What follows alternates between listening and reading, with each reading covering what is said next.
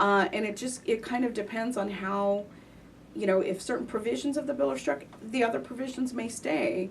So it's uncertain until we know what the Supreme Court's decision is. And, I'm hopeful that they'll uphold it. If they don't, and Democrats are able to take back the majority in the Congress, I'm sure that there will be an effort to try to come up with an alternative that, again, will increase the coverage and make it more affordable for everyone. I read a letter to the editor the other day on Social Security and Medicare.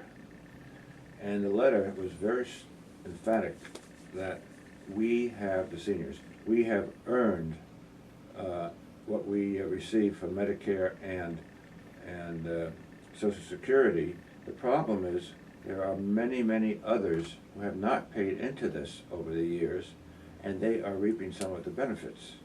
What's the answer? Well, it is true that the majority of the people that receive Medicare and Social Security, they've earned those benefits because they've paid into a system over their lifetime. There are other folks that receive Medicare or Social Security because it doesn't just cover retirees, it also covers people with disabilities, and they do receive a benefit from that. The overall program, Social Security and Medicare, both of those programs have been highly successful in providing either healthcare coverage or keeping seniors at a level where they can retire with some dignity and some financial security. So for me, the challenge is, yes, there are challenges because we talk about the Social Security Trust Fund. Some people say it's bankrupt. It's not. But there are changes that we will need to make. There are small changes we can make to ensure that that benefit continues to exist for everybody who's paying into the system now and for generations to come. One example, and there are a number of proposals that have been floating around Congress for a long time about how do we sort of fine-tune the program so that it's available for many generations to come. Some people advocate for increasing the retirement age. That would be one way. Doesn't happen to be a very popular idea in the general population. We've talked about getting rid of the cap on what you pay into, and I'm going to give you a great example of that. Once you hit a certain income, you stop paying into Social Security. You don't pay Social Security tax on the rest of what you earn. And I think that's around $190,000 a year. So anybody who works for a living, let's say you earn $200,000 a year, you pay Social Security up to the $190,000, and then you stop paying into the Social Security system. So that last, $10,000, you're not paying any Social Security tax on. Major League Baseball players who make millions of dollars, for some of them, their first at-bat at the plate, they hit the cap, and then whatever they earn the rest of the season, they don't pay into the Social Security system. If we remove that cap and people paid into the system regardless of how much they made, we would have a lot more money in the Social Security Trust Fund to pay that benefit for generations to come. Well, I'm not in that category. Most people are not in that category. Look, when I first I retired at age 65, I had to go on Social Security, I had to go on Medicare. Okay, that's fine, I guess. I resisted, but I had no choice. Because I was used to paying my own way. Okay. But on Social Security, I was hired at this level because it bumped into a cap on what you could earn. Mm-hmm. Then a few years later, they took that cap off, and now I pay into Social Security, but I still get my Social Security check. Right.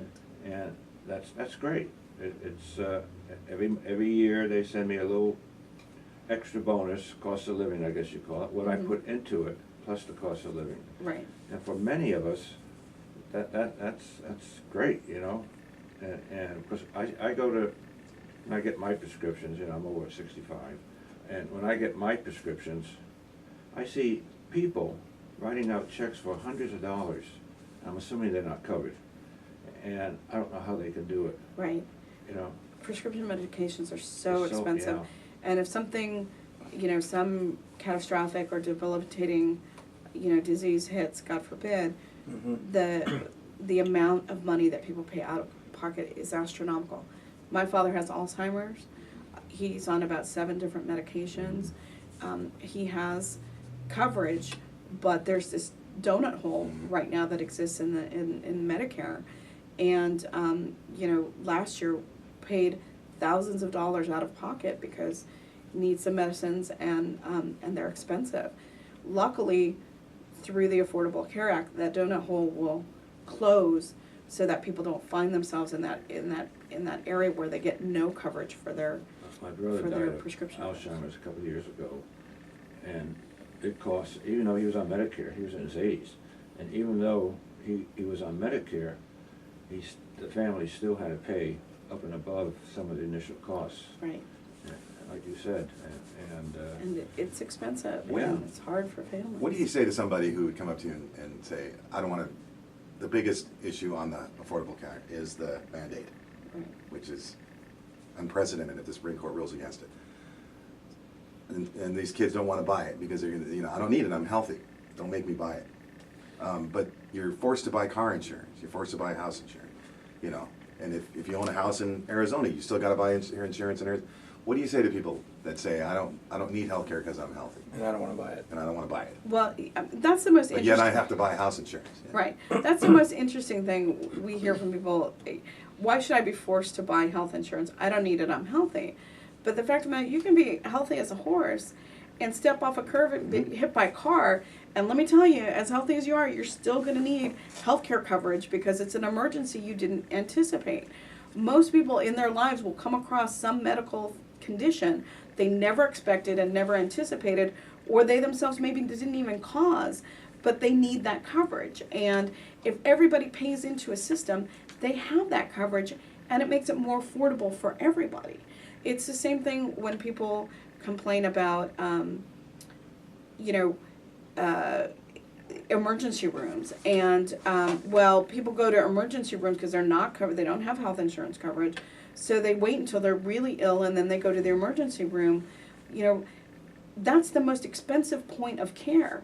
If we can get people into programs that cover preventive care, many of those people don't need to end up in emergency rooms, and then we don't need to have, people with no coverage not able to pay their bills and emergency rooms closed because whether you or not you have health insurance, if you're in a car accident and you need an emergency room, you want them to be open where they're open. You don't want them closing. So I could have the best insurance coverage in the world, get in a car accident, and because other people don't have coverage, end up in an emergency room that's been closed or that's so backlogged that I may not get the kind of urgent, immediate care that I need. So getting people into this system, into the pool, helps everybody. It helps everybody in terms of access. It helps everybody in terms of affordability. And the preventive measures help keep people from the worst case scenarios. I toured Whittier Presbyterian, and their emergency room, some of those injuries completely preventable. A lot of them are people who have diabetes and it's gone undiagnosed or untreated, and then they get some injury and it won't heal, and it gets worse until they end up in the emergency room. If these people are in a system where they have access to insulin and education about nutrition and other things, you can prevent a lot of these really ugly injuries and save the system so much money. And where is the argument to that when if Obamacare went through, you're giving healthcare companies millions of customers, and the Republicans are fighting against that? I don't get that argument either. If this goes through, all of a sudden there's millions of customers for these healthcare companies to pick up. Correct. And they're going to start hiring people. Correct. What do you say to somebody that makes that statement? There's much ado made over you're forcing people to buy a private product.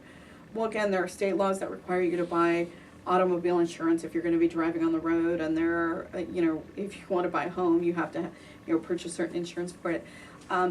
It makes sense that, by mandating that people participate in this, you are reducing their risk of not getting treatment when they need it. You are increasing the likelihood that with preventive care they won't ever get really bad healthcare conditions. You're lowering costs for everybody in the system. You're saving so much money, not just to individuals, but to the country as a whole. Those are all positive benefits. And so for people who rail against that, I don't understand what the argument is for wanting to see that happen. We are the only industrialized nation in the world that doesn't have healthcare coverage for all of our citizens. And we can achieve that and still maintain whatever freedom or choice that people want through these exchanges. The arguments against it, I don't really understand when people talk about healthcare coverage as somehow communism. I mean, that isn't, because you get to choose your healthcare provider. For many people who've never had healthcare coverage, that's very empowering to be able to have coverage and choose their provider. Would you say that's the number one issue people talk to you about is healthcare? No. Oh, no. What is the jobs? No. I'd say probably the economy. Okay. And the foreclosure crisis, Okay. Particularly for this area. A lot of families that are struggling. What are you doing? What can a member of Congress do about the foreclosure problem, realistically? Well, there are a number of things, and I have to say the California delegation has been really proactive at trying to get help for California and get programs in place that will help people either modify their existing mortgages or give them relief through access to funds that were paid by banks and lenders who engaged in illegal lending practices and discriminatory lending practices. So there are a number of things, and we have, in conjunction with some of the other congressional offices in the area, done foreclosure avoidance workshops to teach people the steps to avoid getting that foreclosure notice, and it's been really beneficial. We've gotten letters from folks that attended those that are still in their homes, and they're really grateful for the assistance. A lot of it is just knowledge and knowing what you can do to save your home if you're struggling with the payment right now. Has there been any job bills passed in Congress? The Republicans have not introduced one single job bill in this Congress, and they talk about the economy a lot, and they like to blame a lot, but in terms of comprehensive job bill, we've heard nothing from them. Why do you think that is? It's an election year, and I think that they are looking more for message pieces on other things that they want to distract voters with, and they're not really serious about the help for small businesses, for example, or for individuals who need help in terms of whether it's job training, job retraining, or infrastructure improvements that can put people to work. Shifting real quick to politics. Are you glad that President Obama is running against Mitt Romney now? What are your reactions to having to, what do you think? Did the Republicans pick the right person? What do you think of the Republican side of the campaign this year? Well, it's hard for me to say whether they picked the right person or not. Only they can determine who their nominee is. Every election cycle is important, and nobody should ever take the voters for granted. So the president will be out campaigning strong, and I think he will need to. I think, Mitt Romney certainly comes with a lot of issues that I think it's important for voters to understand about him, with respect to where he sides on preserving opportunities for the next generation or giving tax cuts to the wealthiest in this country. Do you think his religion will have any play in this particular campaign? I don't know if that will. It didn't seem to get a lot of play in the Republican primaries, so I don't think that that'll be a major issue in the campaign. Okay. I think it's more sort of, does he stand with, working families and the middle class and trying to give some relief to the people that go in and day out and do their job and are getting, smacked with some of the, higher tax rates, or whether he's going to side with the, big corporations and the, wealthiest in this country who, don't pay their fair share of taxes, and whether or not he's going to want to continue to give them tax breaks. Well, it's the economy that people are interested in, and the Republicans have to concentrate on that and do something about it, or they're out. And I'm a Republican, as you know, but the Tea Party forget. Well, Republicans seem obsessed with things like contraception for women and other issues that But It's the the people are interested in jobs, the economy. That's right. Using their homes, saving their homes. right. This is what they're interested in right now. Absolutely, and that does not seem to be an area of great interest to the Republican majority in Congress right now. See, Linda, the greatest thing about Los Cerritos Community News, you have the best of all worlds. You have a Democratic publisher, you have a Republican editor, and you have a declined state reporter. So you got all three of us here. Which is about what my constituency looks like. There you go. It's, I a have one healthy more sampling of question. each, yes. I have a question for you. Go ahead. I've always wanted to ask you this. What's the coolest thing about being Linda Sanchez? Right now, and it's a mixed bag, but the coolest thing about being Linda Sanchez is I have a wonderful son. Yeah. The downside of that is he's in the throes of terrible twos, Uh-oh. and they are difficult times for mama. Is he singing like a new song now? Oh my gosh, he